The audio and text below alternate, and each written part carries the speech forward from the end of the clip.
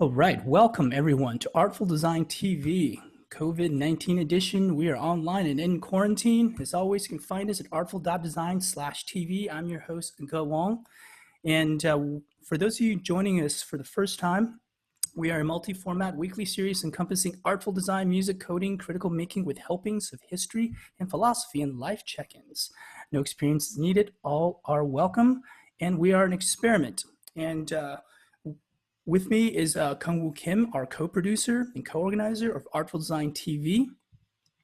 And today we have two special guest co-hosts, and one is returning with Perry Cook, who was in episode 2 when we briefly visited his studios up in the mountains of Southern Oregon, looked at his zany musical inventions.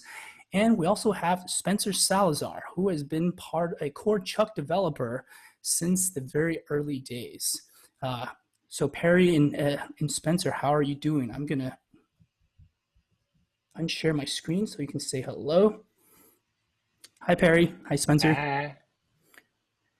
How are things in Oregon? Good. And how are things in LA, Spencer? Things in LA are good. Yeah, just keeping safe, staying healthy, drinking lots of water. Sounds good. Before we get down to kind of programming languages, get down to our dance, if you like, tell us a little bit about yourself, and we're going to get into your history with ChucK also in a bit, but tell us a bit about yourselves. Perry, we've already met you, but who are you? I am Perry, yes. I had this weird grad student once who came to me, and after he had been working in my lab for a very short time, he came and he wrote some things on my whiteboard and said he was proposing a new computer music language specifically for media and computer music. And I was reminded of what both of my brothers are programmers historically. And one of them told me once, "Oh, good, just what the world needs, another computer language." And so I said that to Guh, and he said, "No, here's why." So somewhere we have a picture of that whiteboard, Guh. We should dig that out and put it in the archives on ChucK or something. But I was soon convinced, especially since I didn't have to do that much work, and Guh seemed so moved by it. And pretty soon he roped a number of us into it, and as time went on, ChucK was born. Became Guh's primary thesis topic, became the impetus for Plork. That was sort of the lingua franca of Plork. Plork also spoke Super Collider and Max and MSP and all those other things, and has just grown. And soon after it really started working right, I should say ChucK was mono until Plork was born, and then it suddenly jumped to any number of channels, which was interesting. And so on-demand language development. But soon after, certainly before it became multi-channel, I started using ChucK a lot just to do things. And now, perhaps embarrassingly, I use it as a scripting language to do non-musical things. If I want to rename 1,000 files, for me, it's easier to do in ChucK than it is try to remember, the necessary Perl or whatever to do it. And so I do a lot of work in ChucK. It's probably equivalent to my soldering iron. I like to solder, I like to code, and so that's who I am. And Guh was my grad student. Spencer was my undergrad. So this is a wonderful father, son, and grandson moment. And here we are. Anyway, that's me. Indeed. And before we go to Spencer, I remember that was the initial drawings I had of like, this is what the language would look like on your whiteboard, remained on your whiteboard for like 5 years, which I later learned was actually a malfunction with your whiteboard. And it was like nearly impossible to erase. Could not be erased. Yeah. So snippets of that code remained on your office board for years due to that malfunction. And I also remember specifically you after that first meeting where I tried to convince you that we should build yet another programming language for music. I think you said something like, yeah, that's fairly crazy. Go for it. And so that was kind of for me like the green light. Be like, okay, here we go. Um, and with that, I'm gonna actually turn to Spencer because very soon thereafter, Spencer joined the team. And but tell us a little bit about you, Spencer, and also your history with ChucK, which has been probably like 15 more than 15 years now.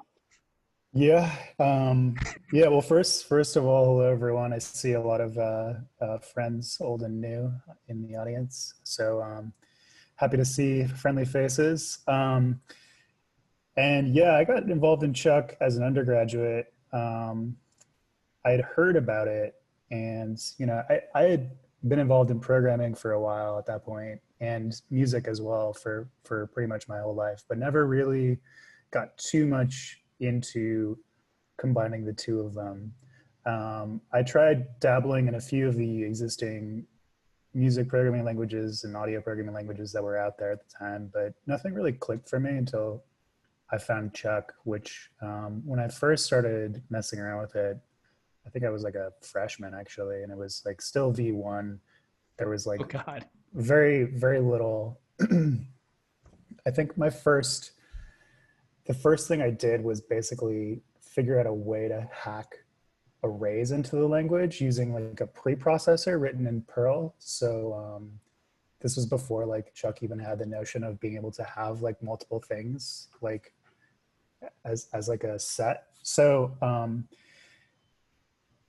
since then, I've been involved in a lot of different aspects of it. The early Princeton Laptop Orchestra stuff, I was involved in a lot of that, helping with like graphical interfaces for ChucK as well as hardware interfaces for ChucK. So really just building lots of things to support a lot of the ideas that were being, a lot of the things that were desired for programming in ChucK and teaching that to Laptop Orchestra students. Since then, spent a lot of, I think the first ChucK release that I was personally involved in was released on Christmas Eve in maybe, I want to say 2005. And I should have seen that as a warning sign of just like how crazy, things could be. I didn't at the time. I continued to be involved in ChucK and eventually became involved in Smule, which was originally known as ChucK Inc. That was like its first name. I don't know if that's like a trade secret or something, but sorry. No, I think we're still registered in the app developer store. There's still a ChucK Inc. entity there. So perfect. Okay, so it's not a total secret, but so a lot of that stuff was built in ChucK originally, and we eventually moved to that company eventually moved to kind of other ways of programming music and audio. I ended up doing my PhD at Stanford as one of Guz's PhD students. So the family runs deep in that regard. I took a lot of the ideas that I learned from ChucK and put them into basically a new programming language for music based on tablet, like interacting with the tablet. It's called Orglyph, and the idea is like kind of more thinking about how we might use a tablet computer, how we might use touch screens, how we might use like new interfaces for music technology programming in general that maybe don't involve text input. So that was the focus of my PhD. Since then, I've had a teaching career, and then as well, currently I'm the CTO of a music software company based in Los Angeles that makes music software that supports a lot of the industry here. So that's kind of me in a nutshell. Right. Wonderful. I still remember your original email to me and Perry back in 2003 or 4. And it's like, basically it's like, hey, you're working on this language. I would like to help. And we were like, at that point, I've never met you, Spencer. So, but I'm really glad we said yes, because that, at least for our sake and ChucK's sake, maybe less for your sake, but for the next I don't know, 16 years and counting. I mean, we just did a new release of ChucK last night, right? That's the latest release of ChucK actually happened like less than 24 hours ago. And by the way, we never did a Christmas Day release ever again after that one because we're both like, yeah, that was a bad idea. But so with all this context, and by the way, Perry and Spencer are super humble in that there's so much that they've contributed to ChucK and the community, and as have a lot of other people. This has been like a group effort and a journey all the way dating back to 2002, really. So for today's show, we're going to go in and like actually go start from the ground up and actually look at ChucK as for the first time. And for anyone who's not familiar with ChucK or even programming, we're going to start from that level so everyone can get a sense of what it's about. But then we're going to dive into the inner workings of ChucK. So with this, I'm going to go back 2 slides. And before that, let's do our group dance. So I've actually had a request from none other than my mother, who said, you know what really works? Then that one song you did where like people are putting their arms up in the air. So that she was actually talking about the first dance we did in here, and that is Numa Numa. Let me find this for us, and I'm just gonna play this a bit, and also make sure the volume is okay. And we're just gonna put our arms up when it gets to the drop. I'll put this on gallery view. So remember that guy? Yes.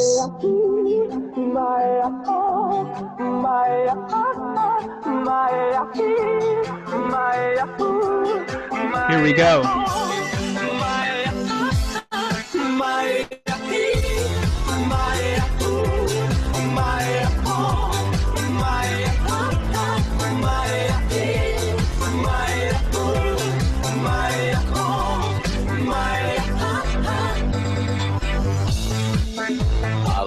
Fantastic. Thank you. Well done, everybody. And that one's for you, Mom, if you're tuning in. And so I hope everyone feels good after we move just a little bit. Feel free to keep moving throughout this today's broadcast.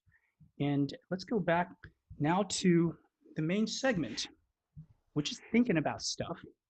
And today, with Perry and Spencer, the 3 of us, along with everyone here, we're going to try to unpack a bit and think just a bit about a philosophy of programming language design, right? And so some of the questions that we might be asking in this case include, well, what makes for a good programming language? And in ChucK's case, what makes, for a good programming language for doing music? Like what is a virtuous programming language look like? Like, also, why are there so many programming languages out there? I mean, not just there are easily dozens of computer music programming languages, but there are thousands of just programming languages in the world, probably more if you count all the domain-specific languages.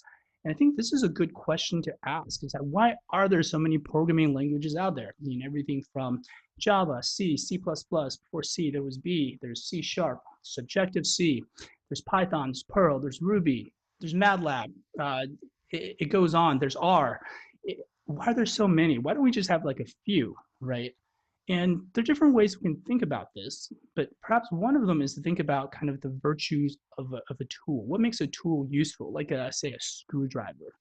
Well, one might offer that a screwdriver still continues to be useful because there's at least one function, and maybe in this case, just one function that it does better than anything else, especially given the context, right? So nothing is better at being a screwdriver when you need a screwdriver at home, in your garage, or at home, anywhere at home, than a screwdriver. So programming languages, in a way, is kind of like that, in that perhaps each programming language is tailored to do certain things and to offer different kinds of ways of thinking in ways that are at least different than other programming languages, right? The first Turing Award winner, Alan Perlis, said, a programming language that doesn't change the way you think isn't worth learning. So in a way, I think programming languages are kind of like Well, there are like ways of thinking about how to go about solving tasks that you want to solve. And it's not just they allow you to do that, but they actually give you a kind of way to think about how to do that. So with that, if we just look at the domain of computer music languages, and there are many. Here's just a few. Readers of Artful Design might remember the chapter 4 is all about programmability and sound. And here are just a few computer music languages out there, including Max, MSP, SuperCollider, Tidal, C-Sound, Pure Data, Sonic Pi, Synthesis Toolkit, which we'll talk about later today. And today we're going to focus on ChucK, a strongly timed computer music language. And, it is a domain-specific programming language. So it's like a general purpose language with which you can also synthesize sound, music, hook it up to controllers for interaction. It's open source. It's freely available. I like to say it crashes equally well in all commodity operating systems. So actually, if something goes wrong with ChucK, the first thing I would say is don't panic. The second thing I would say is it's probably ChucK's fault. Now, before we get down to the code, a bit of historical context. This is Lady Ada Lovelace, who lived from 1815 to 1852, right? And she worked with Charles Babbage on the analytical engine, which is really it was never built, but it was really the first theoretical computer that resembles our notion of the modern computer. It had facilities for branching and looping, and it really was perhaps the first true, if not built, computer. And Ada Lovelace thought of herself, and I think very rightly so, as a poetical scientist. So as she was working on the analytical engine with Charles Babbage, who himself was very brilliant, but it was Ada Lovelace that not only understood the internals of this thing, the nuts and bolts, but she was able to also zoom out and to really think, well, philosophically and poetically about the notion of what we would come to know as the computer. For one, she had the notion of programmability. And again, rightly so, she is regarded as the world's very first computer programmer. She wrote a complete program on paper to compute Bernoulli numbers. She had a notion of data as separate than from, say, just numbers. The notion of an algorithm. She even postulated that computers cannot transcend their own programming and have quote unquote original thoughts. This actually would later be dubbed Lady Lovelace's objection. And this is what would actually come for Alan Turing directly to actually formulate his famous Turing test. So her philosophizing about what this thing can and cannot do, that we would come to think of as computer, it still echoes to this day as we think about artificial intelligence and strong AI and whether computers will ever be able to transcend their programming and what it means for it to do that, and how will we even know when that happened, right? So in a way, we owe a lot to Lady Lovelace. And on top of all that, she predicted computer music, right? Supposing, for instance, she wrote, that the fundamental relations of pitch, sound, and the science of harmony and of musical composition were susceptible to such expression and adaptation, the analytical engine, might compose elaborate and scientific pieces of music of any complexity or extent. Yeah, she totally just predicted computer music, and that was in 1843, right? And indeed, if we were to zoom forward like 100 years, computers were actually becoming a reality, as slow as they were. And then through the decades, people have begun to use them for different things. And certainly musicians, composers, researchers, kind of poets, just wanted to know, what can we use this thing for? And certainly computer musicians were born. Here is a very renowned, the late Jean-Claude Rousset, who actually once wrote, why use a computer? Well, he said for him, it was to do things that you couldn't do without it. The computer is a kind of a workshop, which echoes this sentiment by Mark Weiser, the father often regarded as the father of ubiquitous pervasive computing. And he said the purpose of computers should be to do something else. So in the case of computer music, I think, well, music is that something else, right? And it makes sense, right? We don't go to the computer to go, well, I'm going to go to the computer and let's compute. You go to a computer with a purpose in mind. Like, I'm going to do some word processing. I'm going to do some writing. I'm going to do some music making. I'm going to go look through photos. I'm going to watch a movie, etc. Right? So this, I think, is actually a quite astute observation that computer is kind of this reconfigurable, programmable means to another end. Um, and certainly computer music researchers, we've tried to make use of computers through the decades. And in this sense, computer music researchers are like experimental cooks. We like to go into the kitchen, pull together the raw ingredients, and actually concoct new and perhaps up to that point unimagined dishes out of these raw ingredients. That's a good analogy, and we actually see Karma's founder John Chowning here actually in his kitchen. I thought that was a fitting imagery for kind of what we do as computer music researchers, all the way to actually there was and continues to be the Princeton Sound Kitchen.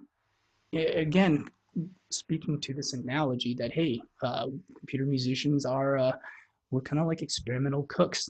To Max Matthew, who said, hey, with the digital computer, we can in theory generate absolute any sound simply by computing the sequence of numbers representing it. However, he also noted, the vast majority of sounds are harsh, abrasive, or downright annoying. The challenge, both scientifically and artistically, is to find the good ones.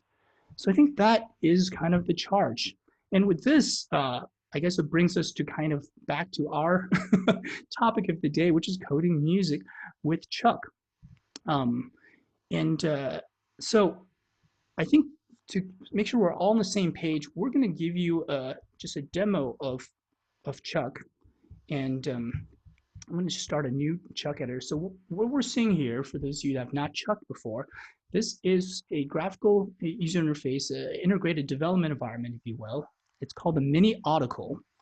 And this is one of the many countless contributions from Spencer, actually. This is what most of the ChucK world uses. There's also the command line ChucK, which lives alongside this. So, but most of the people actually, when you're coding in ChucK, you're actually writing code in this editor. And it's integrated with the virtual machines, as we'll see. So just to write a basic ChucK program, here's a sine oscillator. We'll call it foo. And we're going to use this symbol, that's the ChucK operator, to connect it to the deck. And by the way, Perry and Spencer, feel free to jump in and Kungwu as well with any commentary here. I'm going to make sure it's not too loud. So I'm going to ChucK 0.25 to foo's gain. So that's kind of its amplitude in this case. We think of that as the volume. And then we're going to say, hey, foo's frequency shall be 440 hertz. Now, I could run this program and the green plus sign says, hey, that's a valid program, but we don't actually hear any sound. And that's because we're actually missing a very critical piece of ChucK, and that is time. So in order to hear anything in ChucK, you actually need to say something about time. In this case, we can say, let time move forward in ChucK for 2 seconds. And if I did this correctly, hopefully we'll hear this tone, hopefully not too loud. Okay, I hope that's not too soft either. Was that audible? Okay, so we now have a sine wave at 440 hertz for 2 seconds. What we can do then is, let's go ahead and copy and paste this 3 times. And yep, I'm gonna make this a little bigger so we can see it. I'm gonna half the frequency here, double the frequency here, and go for half a second, 1 second. And now we have the sequence that's going up in successive octaves. But also, not only that, it's precisely for these amounts of time that these frequencies are held. And then here comes a very important part of programmability, and that is decision branching looping. And by the way, you don't have to indent ChucK. I just do because it looks better and it's clearer to read. Make everything a little smaller. Now we have automation. This thing's going to go on for evs unless we stop it. From this point, we can generate a random number between 30 and 1000 and set that as whose frequency.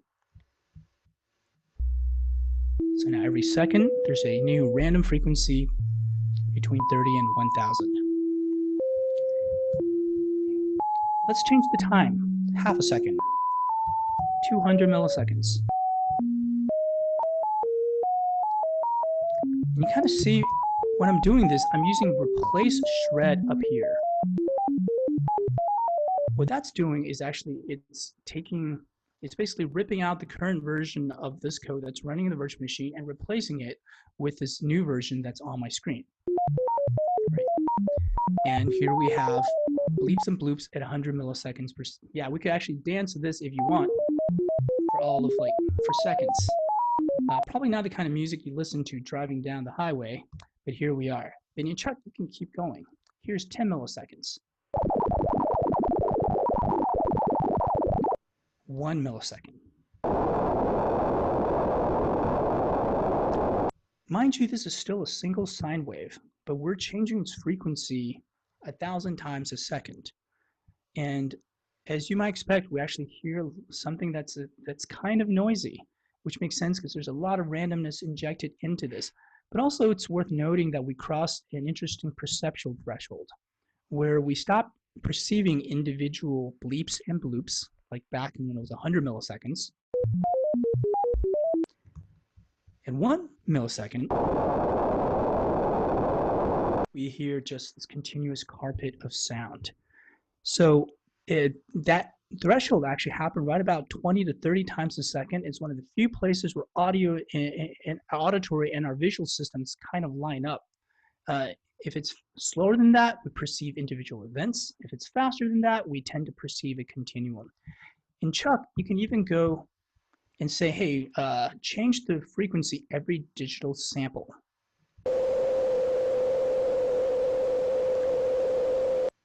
In this case, there's some nuances to why that sounds the way it does, but that's actually what you would get if we were to do that.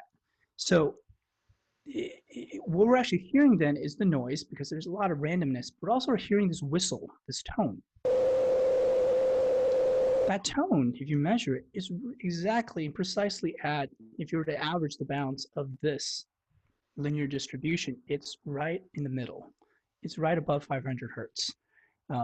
So this is what ChucK allows you to do by design, is to be able to zoom in time-wise and talk about how you would like to control things over time in a very precise way. And you can also zoom out, millisecond, there's second, there's a minute. This is not gonna change for like another minute. Hour, day, week. So it's next Wednesday, during Artful Design TV, this would acquire a new random frequency. So the same time mechanism works both ways. You can zoom into time and you can zoom out. So actually, I'm going to pause here to see if there are any questions or any comments from my co-hosts here. Yeah, feel free to type it into chat. I see a lot of chat that's happening. Yeah, all right. I think there's so much here I'm going to let, and it seems like people are answering. So so there's a lot. It seems like a lot of people are wondering about ChucK, and also a lot of people who use ChucK and are well versed in ChucK. So I think it seems to work out.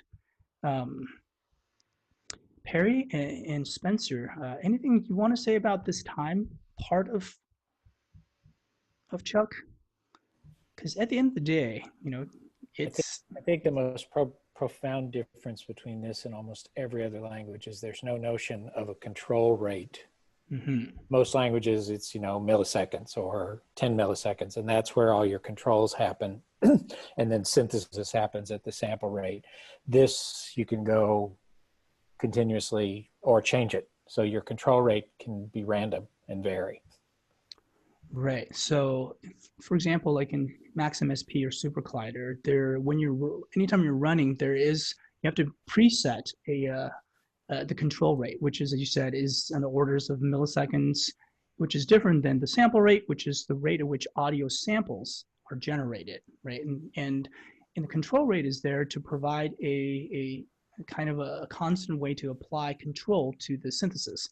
In ChucK, just to dive into this idea a bit more, whatever you do when you're advancing time, that is effectively the control rate. It's not predetermined, and as Perry noted, is something that's dynamically alterable. So you can change control rate, but also you can have extremely small and tight and rapid control rate on sample at a time if you wish. So that's one of the very, I think, unique things about ChucK. And for this, actually, you know, in working on ChucK, we really like to say, hey, it's about time. We have a lot of like sayings about time, or the time is now, you know, after the ChucKian now. And in a way, time is super central to the language, because the way to think about coding in ChucK is that you basically kind of embody and become the program running itself. For example, the code that we really wrote is that the way to write or read this is to pretend you're the code running, and when you get to an advanced time, like 100 milliseconds chucked in now, you basically, like, you're thinking to yourself, well, I'm going to wait for 100 milliseconds. And while you're waiting, that's when ChucK generates exactly that amount of sound.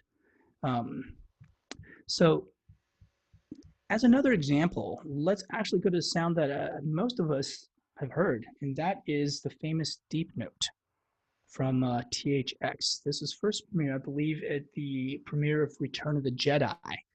But let's listen to the original 30-second THX sound created by Andy Moore.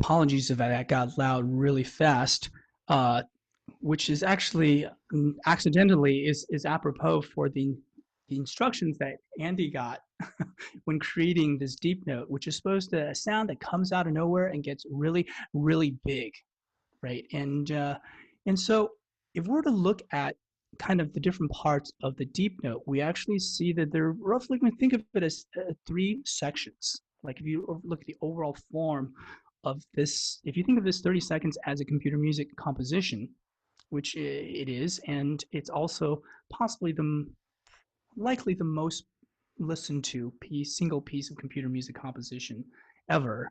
Hundreds of millions of people have heard this. There's a section where it's just hang around. And then there's a clear section of convergence, where there's a sense of direction, where all these different voices, of which there are 30, are converging towards what turns out to be 10 or 9 different frequencies at these specific frequencies. And they roughly match to kind of these pitches on a piano. And so it's this big major chord. And yellow on the keyboard is actually marking where middle C would be. And I'd say roughly map to the keys on a piano. If you were to play like just a piano you find, likely that's going to have a certain tuning. It's going to be likely an equal temperament. This is not an equal temperament. This is in just intonation, which is basically a tuning system which goes for intervals as associated with the ratio of small integers. What this does is this actually results in a more stable sounding chord. It has its downsides, but just intonation, in this case, which is going for one chord, Andy Moore chose to do this in just intonation to give this extra sense of resolution, of stability when we arrive at this big resolution at the end. Now, if we look at the ChucK code, which we're going to try to emulate for this, by the way, originally was written in something like 320 lines of C code running on top of 100,000 lines of digital signal processing code, right? That was the original deep note that Andy Moore wrote. And this is the ChucK emulation of that. And if we're to look at the, let's see if we can zoom into the code a bit here. So this roughly corresponds to the kind of 3 sections here.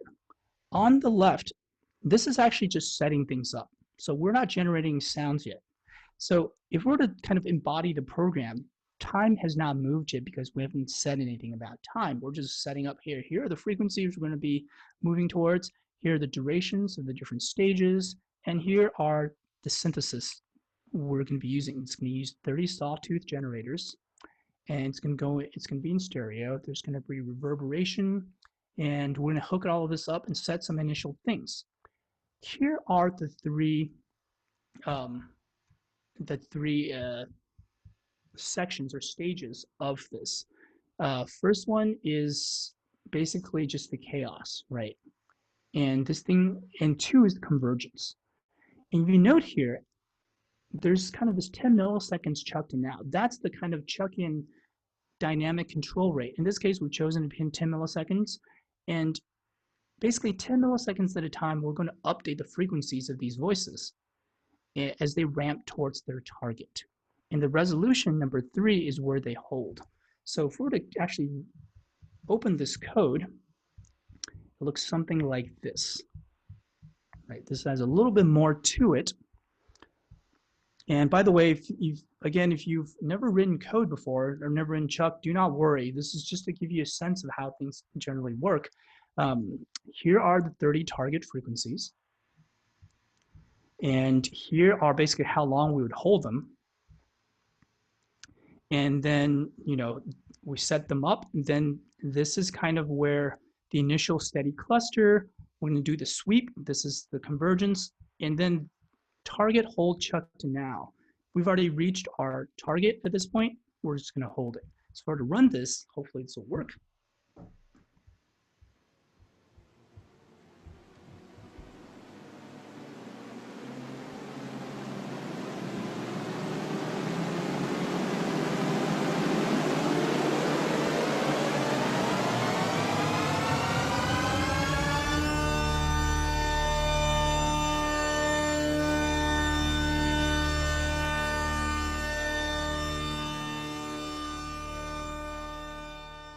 And then this part is the fade out that we just heard, right? So that's the deep note emulated in ChucK. But of course, with this, if you're, for example, thinking about learning ChucK, a great way to start doing that is just to play with the numbers.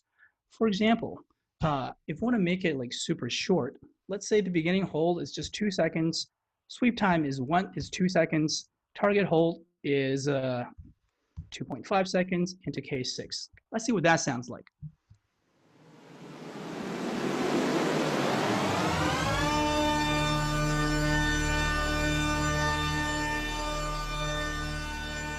Yeah, that's basically like if you don't have got time and you need to just get through this. Or if we really want to listen to the sweep time, let's make that 10 seconds, right? And holding a 3.5.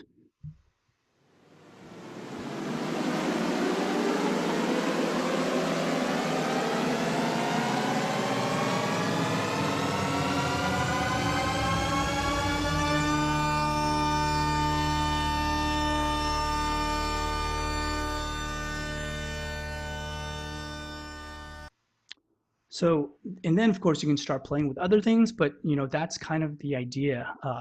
Spencer, Perry, any other thoughts before we move on from the deep note? So Perry says, Andy actually used a single cycle of cello tones rather than solid. So yeah, sounds like he was doing a wavetable of a single cycle of cello tones rather than, right. So this is kind of our emulation of it. And the thing is, if you're to run this, we kind of randomize the frequency in the beginning, but the general structure is the same. So in this case, these are like 9 different runnings of this. It's all going to sound roughly the same, but also a little different because of the randomness. And then there's the idea in ChucK that you can do stuff concurrently. And for this, I'm just going to give you the briefest of demos here before we talk and get into the arcane art of programming language design. And in this case, I'm going to open up a series of little ChucK programs. So let's go to code and let's go to OTF. And by the way, all of this is packaged with the ChucK distribution, which again is freely available, and you can run this to your heart's content. In this case, we have a simple ChucK program that basically has a sound buffer. It loads up a sound file. It's just a WAV file. And this WAV file sounds something like that. It's a kick drum. And then we're basically just randomizing the gains a bit, resetting it to the beginning, and every period, which is defined as half a second, we're going to replay this kick drum. Right. Now, we can add a second thing to this, same kind of idea, but here we have a different sound. It's a hi-hat. And we can go ahead and just add that whenever we want. So these two programs running in parallel. The third one, an open hi-hat. This one is a snare. You can kind of see a bit more logic here because this actually has that syncopation there.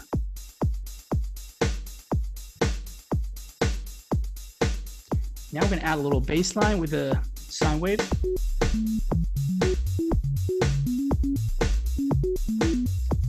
And another sine wave. Both of these are picking out of this rather pentatonic scale.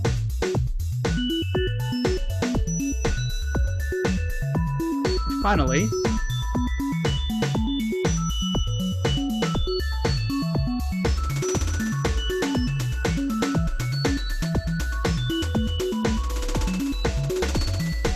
so that's a bit of ChucK concurrency in action.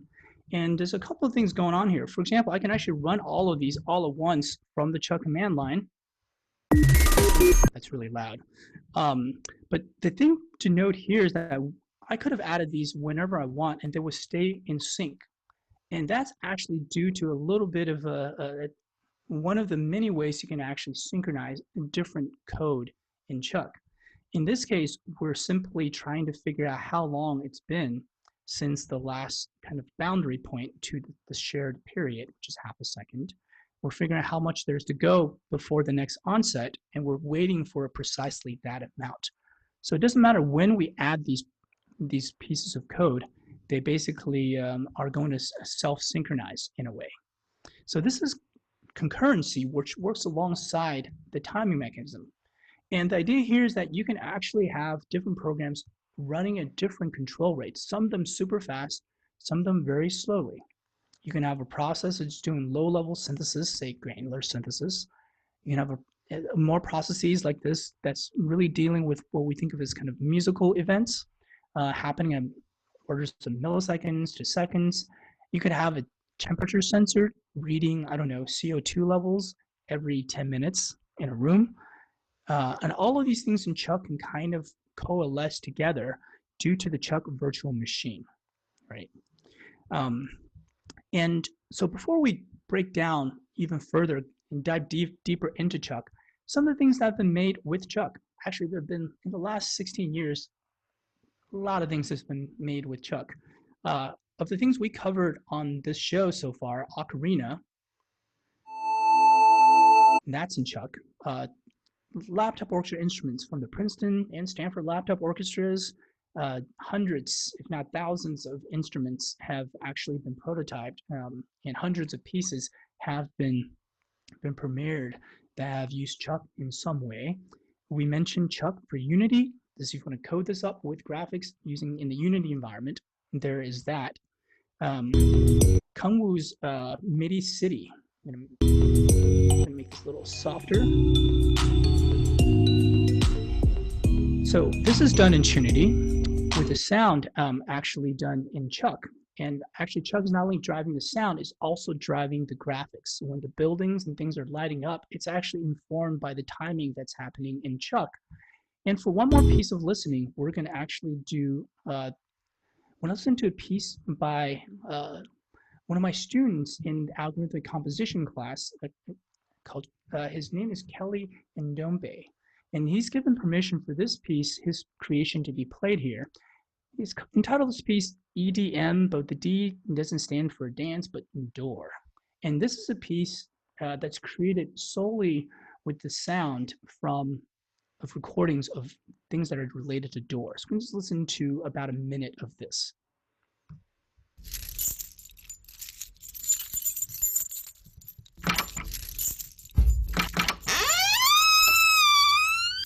Some doors, some keys.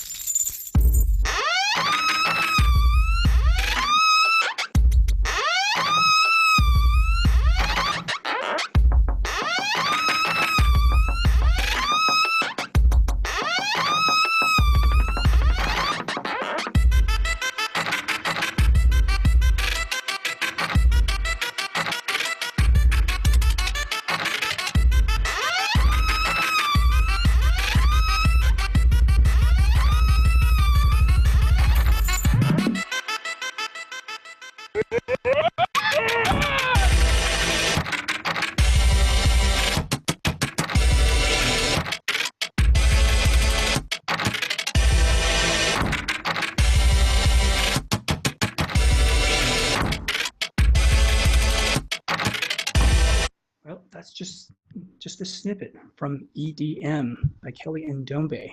And with this, yeah, a round of applause over Zoom for Kelly. And Perry, I understand you've been working on some things recently as well using using ChucK. I mean, you've been chucking for many years. You might be the most prolific chucker that I know. It's frightening. Yeah. But I understand you have a few things that maybe you could show us. It's probably true. Yeah, I do music production in ChucK. I use Reaper as my primary DAW, but I actually will drop out and do chorusing or stereo subdivisions or mixing and synthesis and processing. And I do a lot of that in ChucK, and then import those files into. I don't use ChucK as like a plugin in my DAW, but I'll do that. Lately, since I've been semi-quarantined, I live like this all the time anyway, so it doesn't matter. But since I'm not going out and doing anything else, I've been working on my robots some more. So I have all these parts and things I bought up. And a few weeks ago, I showed you all a couple of in-process robots. And so one of those is now done. It's a little tongue drum, little like a pan drum, and with 8 notes. And so I got that guy pretty well finished. I mocked it up using, actually I'll do this first. I have this old thing called a MIDI widget, which takes MIDI in and controls, just sends 5-volt control out. So I mock things up with that, and I'll often mock it up with a relay board. And then once I'm sure everything's working right, then I'll do a transistor board to drive the servos or solenoids, and I'll replace that. Since this is only 8-channel, I'll probably use a MIDI Digistump, which is like a baby Arduino with 8 switch channels or something like that over serial. But for now, I'm controlling this over MIDI. And one of the coolest things about ChucK is that was one of the fundamental tenets as well, I think, was to incorporate as much user HID interface joystick. You'll see maybe a demo later. I can show you something with the game track tether controllers, tilt sensors, etc. OSC, which is what I'm using to talk to this robot. Shout out to Matt and the gang, and MIDI. And all the HID devices built into a laptop. So if there's tilt sensors on your Mac or trackpad, all of that stuff just sort of shows up. And in fact, in Miniautical, if you go to Preferences, it will show you what devices you have, what plugins it's loaded, and that sort of stuff. So there's like a HID browser that you can use, and you can find out, if you've got a joystick plugged in, what's on your USB ports and things like that. And so, and your MIDI you can control your MIDI that way as well. So anyway, this little robot works. I will fire him up. So he's waiting. This basically is running a little server. So this is actually the OSC loop where it's looking for specific commands from Touch OSC on my phone. So this is a really quick way to amaze your friends. A available app you can download from the App Store and make user interfaces that you can control stuff with. So this guy's now working. Each one of these is a note. See, can we maybe want to unshare the screen so we can see you better? Oh, good idea. Yeah, I'll do that. Actually, I'll show you the code. So that's OSC loop. There's a scheduler, which is not a scheduler. It basically is just there checking this big array called count. And if there's a number that's not 0, then that means that note is supposed to be played. This is a way for me to be satisfied I'm not trying to send multiple MIDI commands at the same instant. That's probably taken care of behind the scene, but if I were writing it on a microprocessor, I would do it this way. So I still think that way. So basically, when it gets a command from OSC, it just writes something into that count array, and then the scheduler is running in parallel. So that's a shred that runs all the time, and it's just sitting there waiting for something to happen. So I'm going to stop sharing now and just show you the little guy. So he just plays each note. And then I've got a little random program with rate.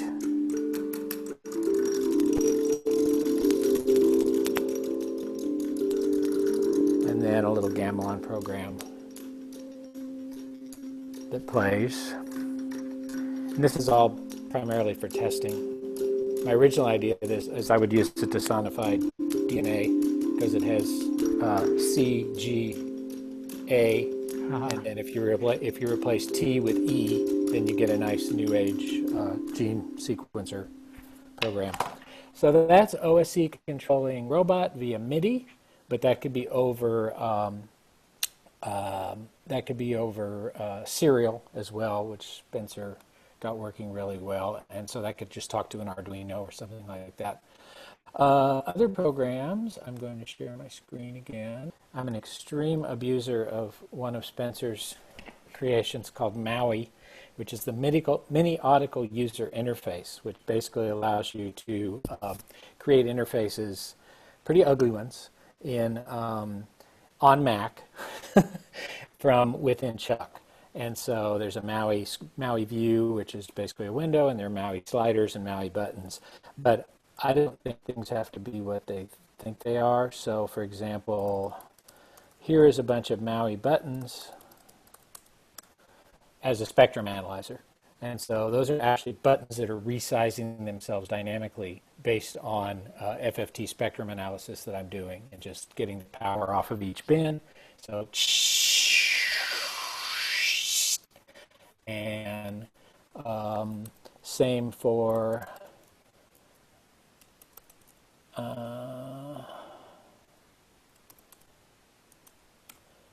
check 1, 2, 3. So these are LEDs, and they're lighting when they get enough signal and showing the spectrum. This is actually using sub-band filters, just using the resonator filter that's built into ChucK that came over from SDK.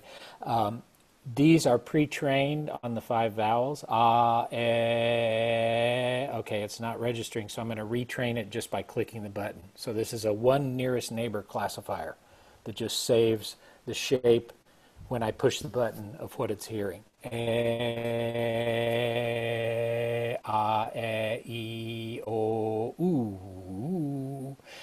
sh. But I could retrain this to be consonants. So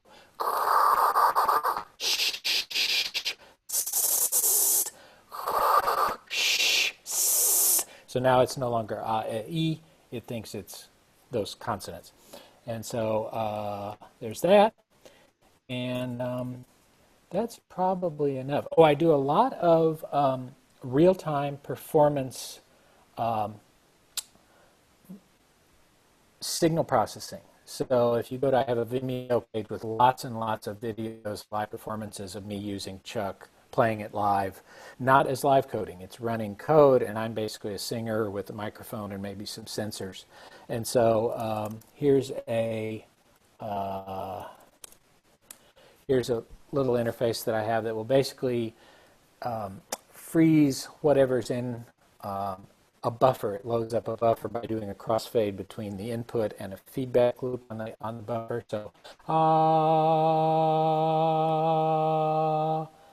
So that's captured now.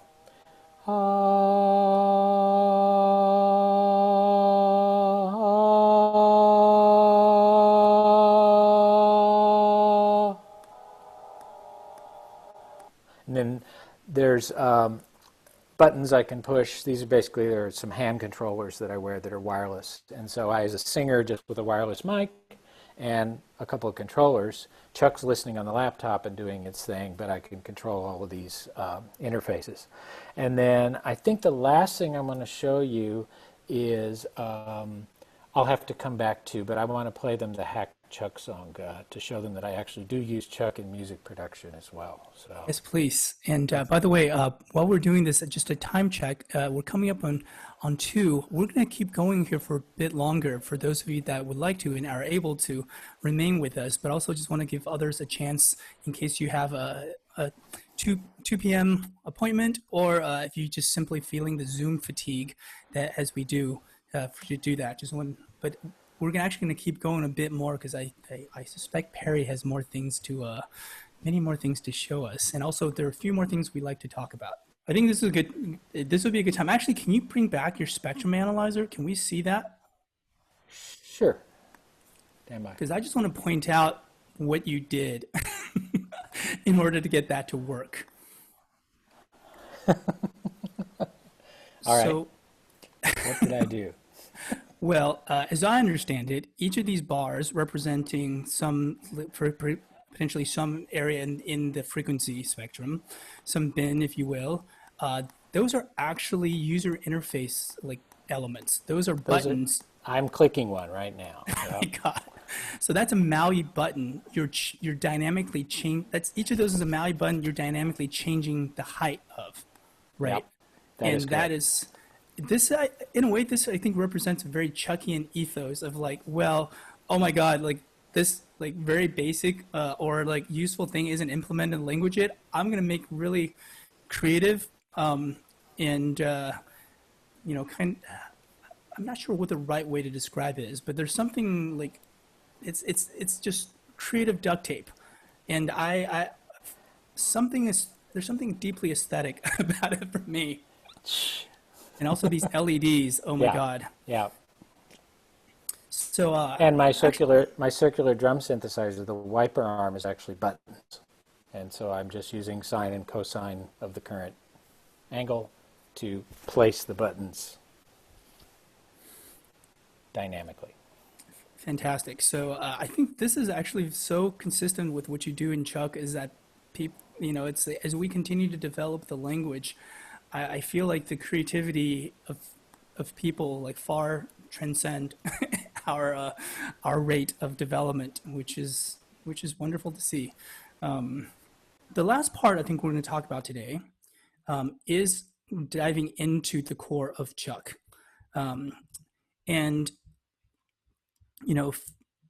staring into the abyss of the ChucK virtual machine. And I think when you stare into the abyss, and that is the ChucK virtual machine, which you might find staring back at you is a lot of code, some fairly suspect design decisions, and we'll show you a bit of that. I mean, if you're to look at what is actually happening under the hood, underneath every ChucK program that's running, no matter how complex or simple, it's roughly this.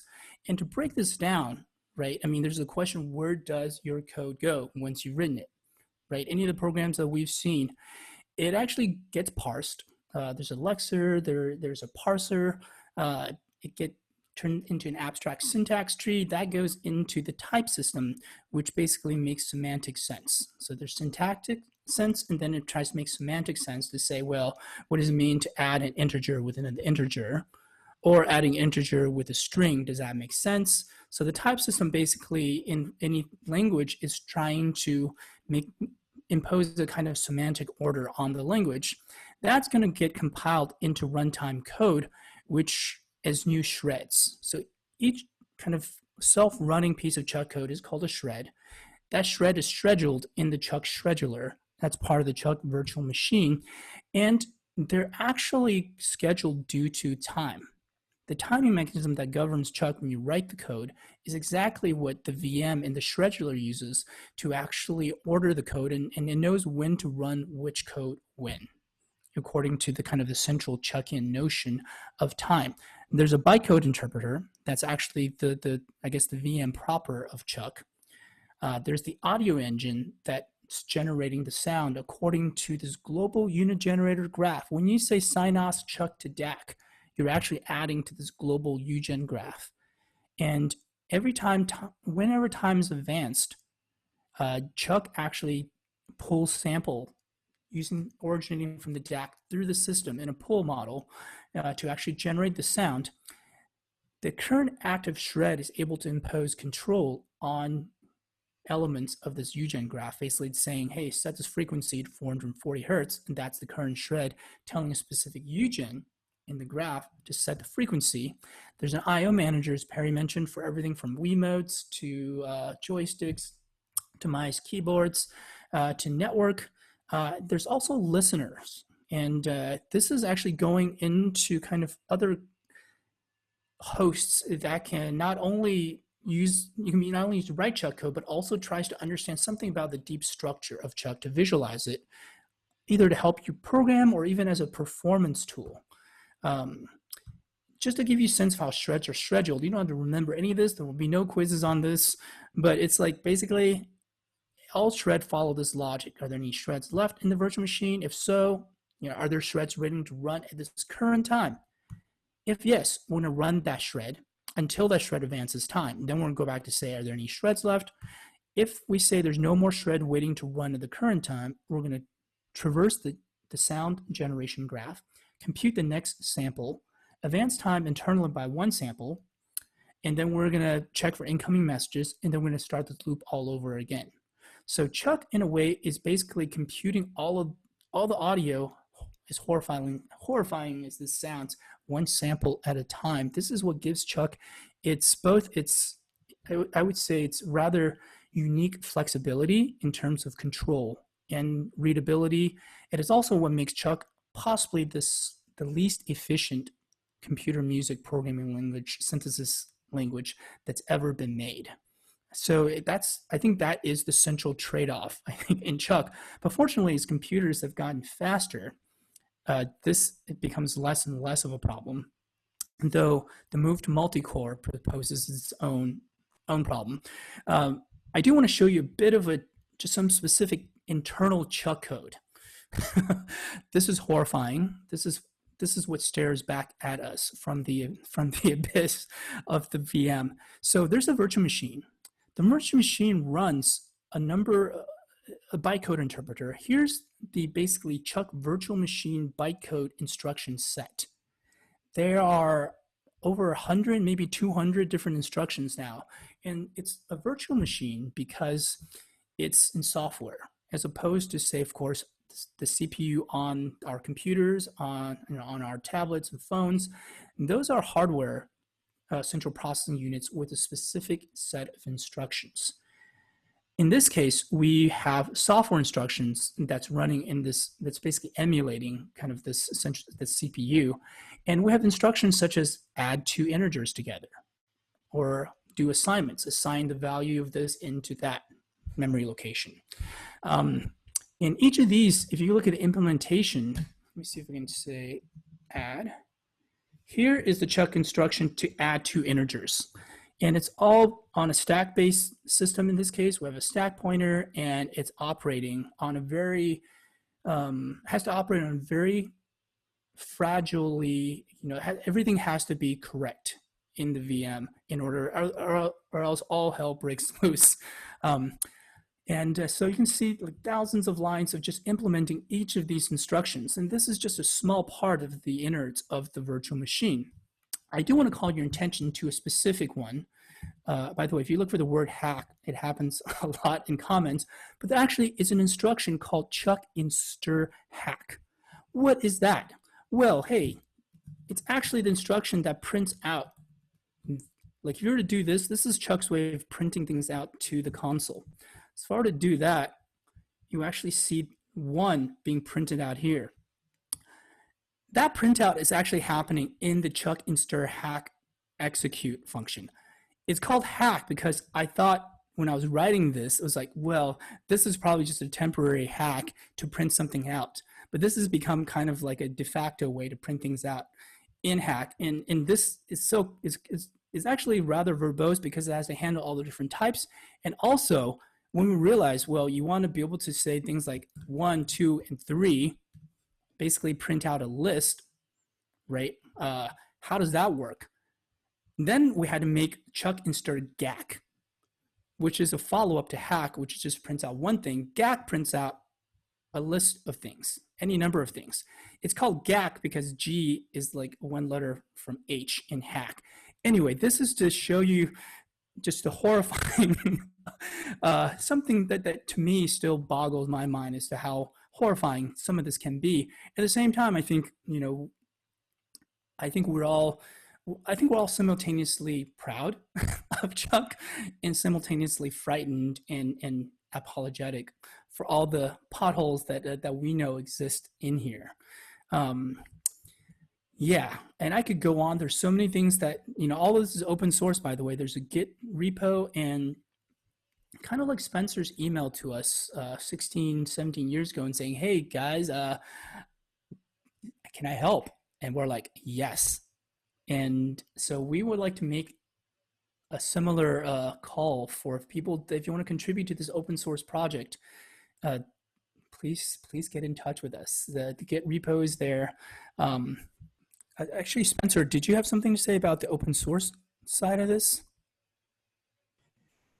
Yeah, I mean, it's definitely, ChucK is open source. So you can go and download the source code, anywhere, which is, I think, it's open source is a concept that I think is pretty, a lot of people kind of know what it is nowadays, but it's a pretty novel concept. And really it's, I think it motivated a lot of developments in technology in all sorts of fields, including music. I mean, with ChucK especially, one of the interesting parts about it is that a lot of it is based on SDK and ideas learned from working with SDK that Perry created along with some of his collaborators at Princeton and released as an open source library. So you can sort of see like this lineage from SDK to another library called RT Audio, and then kind of combining those with some secret sauce that Go developed into ChucK, which then led into other developments, including things like Smule, some of my PhD work, the work of many others, including people who are here. Mike sent out a link to his project called Lick, which is like a library for using ChucK, which is like, for people to like be able to go and just kind of introduce their own interpretations and additions and enhancements to these types of projects. I think is super valuable. So that whole part of ChucK has been really great. And you can go and you can learn how ChucK works. Anyone can go check this out right now. It's not just about, you don't have to pay money for the software. It's that you can learn how it works and be able to freely contribute to it and modify it. You're here. And actually on that note, in terms of learning ChucK, I mean, go to either chuck.stanford.edu or chuck.cs.princeton.edu. That was its first home. First of all, if you just look at the authors, these are just a partial list of people that have contributed to ChucK over the years. It's such a community project that it's taken a life of its own. I feel like the community, it seems like, at least to me, it seems like community, we're fairly low key people that just want to code to make music. And we're generally pretty nice to each other. I like to think it's because I think ChucK itself, I always think of ChucK as a kind of an entity, but also a kind of a low self-esteem entity, but that just wants to make music. Like it's your friend ChucK, and ChucK knows that it's like not the fastest, most high throughput kid, programming language wise on the block. But ChucK is trying to help, and it knows it's got all these potholes. So I think because, I don't know, I like to think because ChucK is like kind of, in my mind, kind of low self-esteem. I feel like the community actually seems gentle and kind and helpful. And this might be just purely in my mind, and maybe I'm just speaking for myself. I feel like the affects with which you design a programming language, yeah, it absolutely changes kind of how the community forms around it. It might be the same people in different communities, but this community, which probably has a large overlap with other computer music communities, I think is different in ways that are better or worse, or just different than other communities. That's what I have to say. You can download it here. As Spencer said, it's freely available. It's open source. And also a few more things to draw to your attention. There's documentation, such as it is here. There's a book on ChucK that was co-written by the three of us with Ajay Kapoor at CalArts, programming for musicians and digital artists creating music with ChucK. And one more thing I really want to call out is actually this online course from Concurrency, Introductions to Real-Time Audio Programming in ChucK. And this is a course that actually the three of us guest lecture on this, but the main driver, the ringleader was Ajay. And this is an excellent course, if I may say so. And it's currently actually on ClassCentral.com, one of the all-time top 100 courses. And it's like the #1 course at the moment in art and design and in the subcategory digital media. So don't take my word for it, but it seems like people really have a good time learning about ChucK. And this is meant for both like super complete beginners, but also to people coming in with varying degrees of experience to get to ChucK. And I think we made ChucK with this ethos that anyone can learn to do this.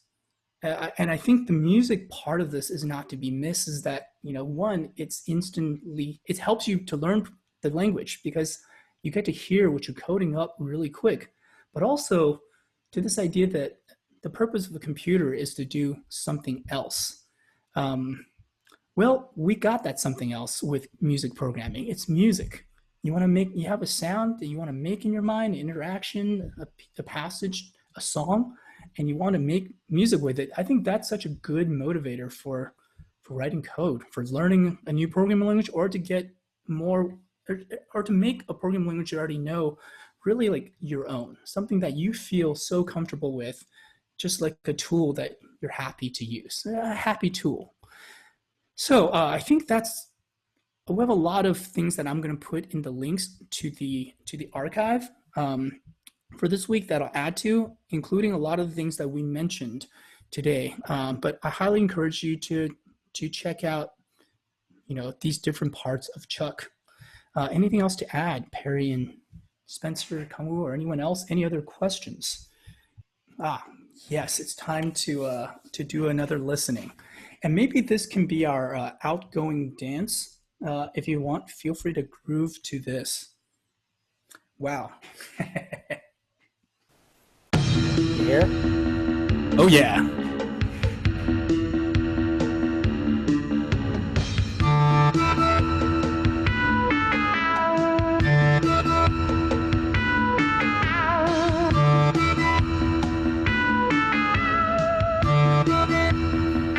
I'd write 1,000,000 lines, coding day and night.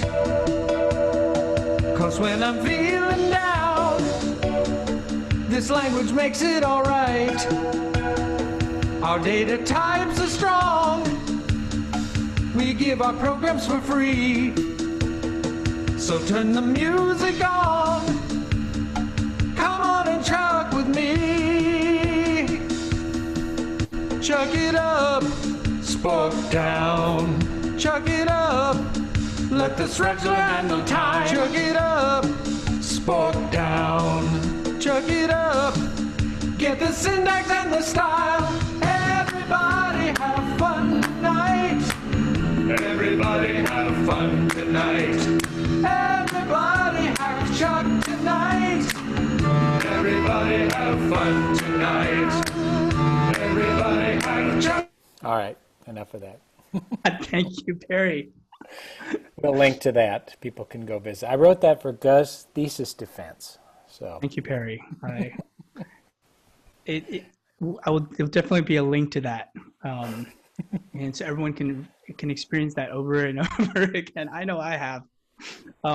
There are some questions over chat. For example, I think what were some of the musical insights or unexpected learnings that presented themselves as ChucK was being developed?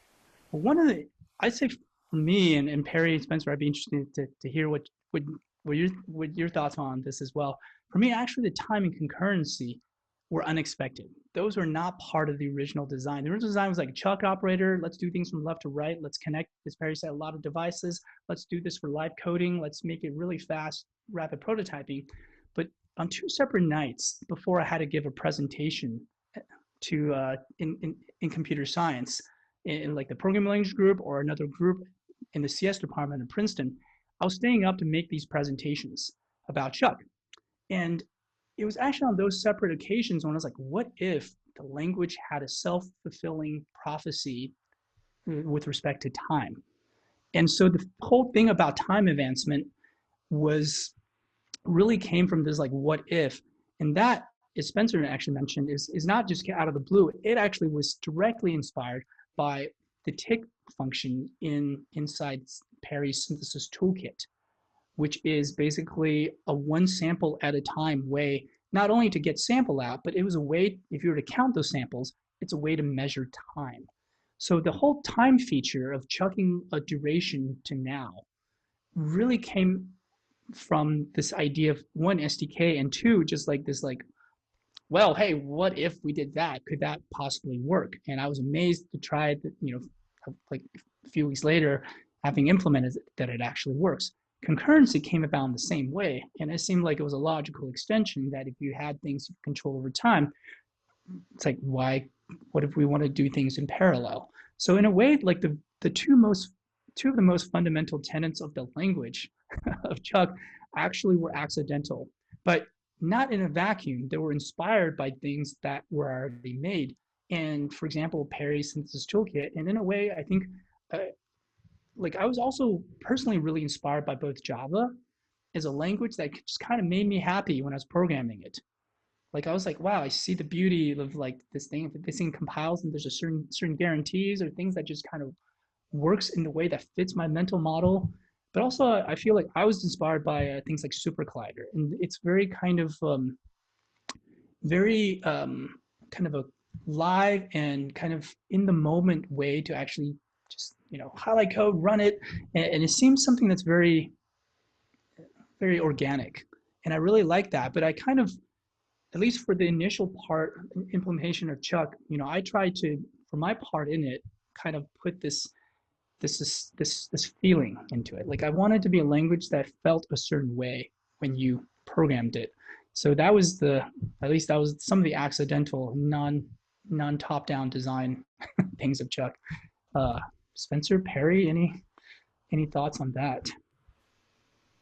Yeah, one thing from my perspective of working with ChucK, especially with regards to things like laptop orchestras and some of the stuff that Perry was showing as well, it's really, really nice actually, I find, as like kind of a glue language for integrating the different parts of what you're doing creatively speaking. So, I've worked on pieces and seen pieces that use ChucK to basically take some sort of bizarre interface controller using Arduino to map that to sound, to also spread it across multiple channels, to send messages to other people's computers that also, drive some sort of like visualization in another language that is meant for visualization, like processing.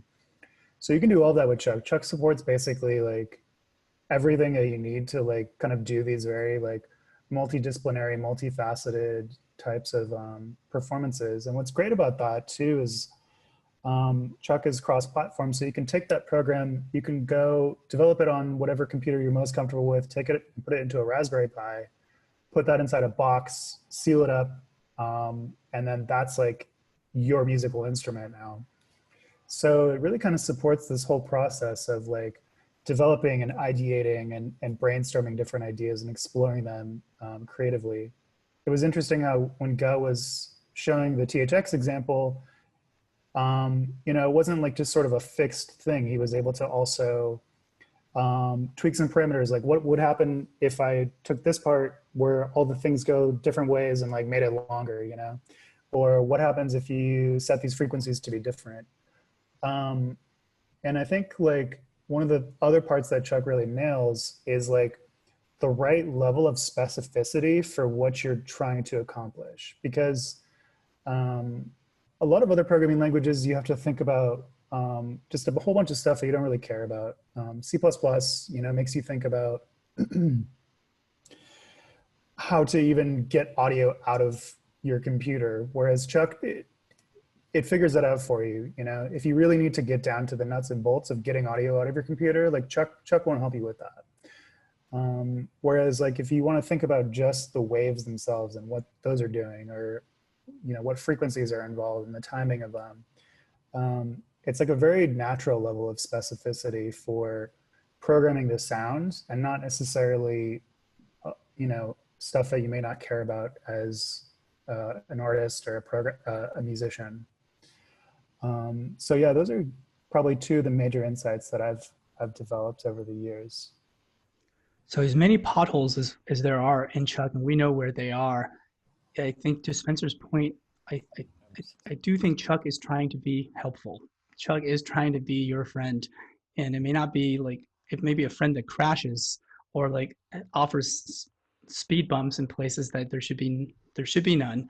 But I think ChucK is trying, is what I would say. And Perry, maybe we will end with your thoughts.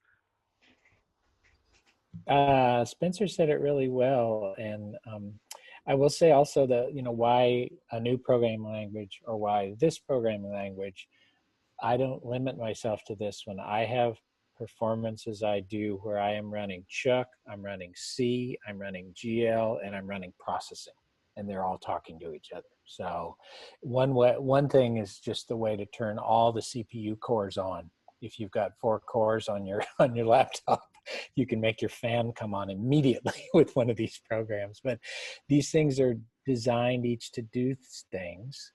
And a lot of times I wrote it that way because we didn't have GL in ChucK, or I already just had a hunk of code that I knew worked, and it was easier to hook it up by pipe in the shell or by OSC than some other way. And so it's just another screwdriver, you know? And so we have hammers as well, but as I say, it's ChucK's my main squeeze, but it works well with all the others too. And it's getting more and more things, you know, there are more and more graphics. ChucK was never graphics at all initially, and now there's more and more happening in that. And so that's it for me. Well, I think that's a great note to end on. I want to thank you, Perry. Thank you, Spencer, for co-hosting this episode. And I want to thank everyone for joining us for this extended episode of Artful Design TV. We will post all these links in the Artful Design TV archives, which you can find at artful.design/TV/archive. And I think it's what to say, you know, for those about to ChucK, we salute you. So keep on rocking, keep on chucking, and y'all rock, and hope to hear some ChucK code from you in the not so distant future. So with that, we're going to sign off. Stay safe, stay healthy, stay chucking, and stay artful. Thank you all.